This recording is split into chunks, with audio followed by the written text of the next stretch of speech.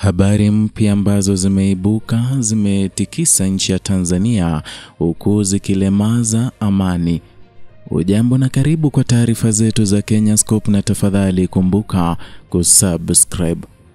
Katika kile kinachoonekana kuwa mwamko mpya wa kisiasa kuelekea uchaguzi mkuu wa mwaka huu, makamu mwenyekiti wa Chadema Taifa John Heche ametoa kauli nzito dhidi ya mfumo wa uchaguzi unaotumika nchini Tanzania.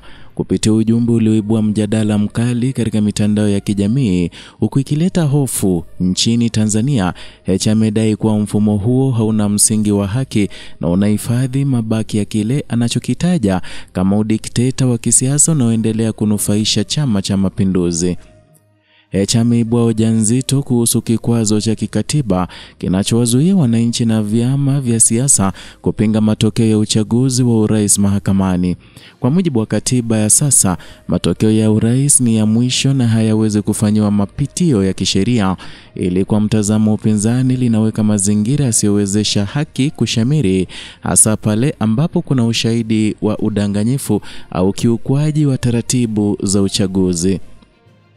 Mbali na suala hilo la kikatiba, Heche pia ametilia shaka uteuzi wa viongozi wakuu wa Tume ya Taifa ya Uchaguzi, akiwemo mwenyekiti Jaji Jacobs Mwambegele, mkurugenzi wa uchaguzi Kailima na makamishina wake. Ameeleza kuwa uteuzi wao umefanyika kwa misingi ya kisiasa kwa lengo la kutetea maslahi ya chama tawala badala ya kuwa na mchakato huru na usiojali ridhaa ya wananchi.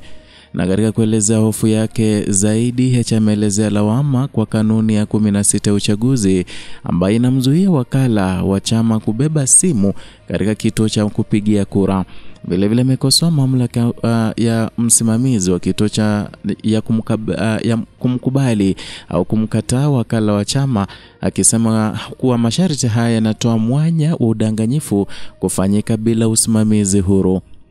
Kwa msingi huo, Heche anasema kuwa ni vigumu kuwa na uchaguzi wa maana bila mageuzi ya kina ya kisheria, kikatiba na kimfumo.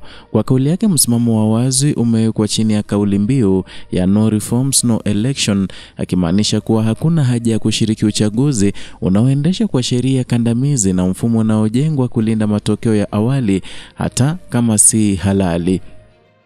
Na kwenye ujumbe wake kwenye mtandao wa kijamii, Heche alisema kuwa huwezi kulinda kura ambayo tayari imeibiwa kikatiba, kisheria na kikanuni. Matokeo ya rais hayawezi kuhojiwa katika mahakama yoyote. Tume hata ikifanya uchafu gani ishtakiwi. Wanaita sheria mpya. Chukua mfano wa upatikanaji wa mwenyekiti, mkurugenzi wa makamishna.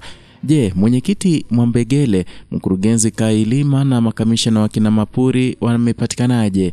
Kanuni ya 16 wakala hairuhusu kuingia na simu kwenye kituo.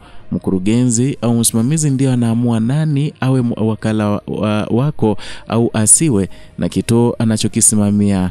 Njia pekee kukomesha uhuni wa dharura ama wa dharau kwa kura ya wananchi ni no reforms no election. Huo ndio ujumbe wake Heche kwenye mitandao ya kijamii.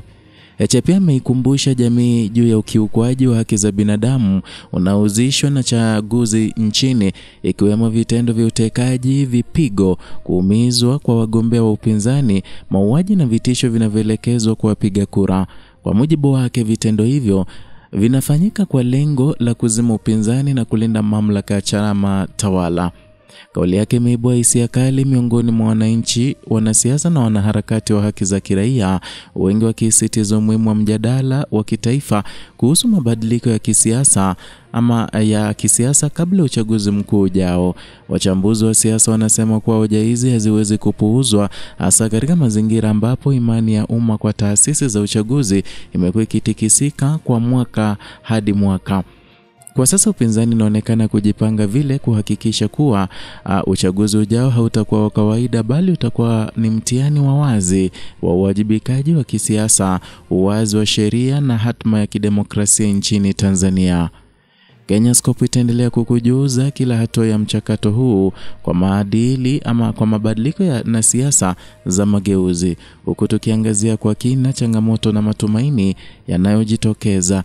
Endelea kutufuatilia kwa habari makini na uchambuzi wa kitaalamu.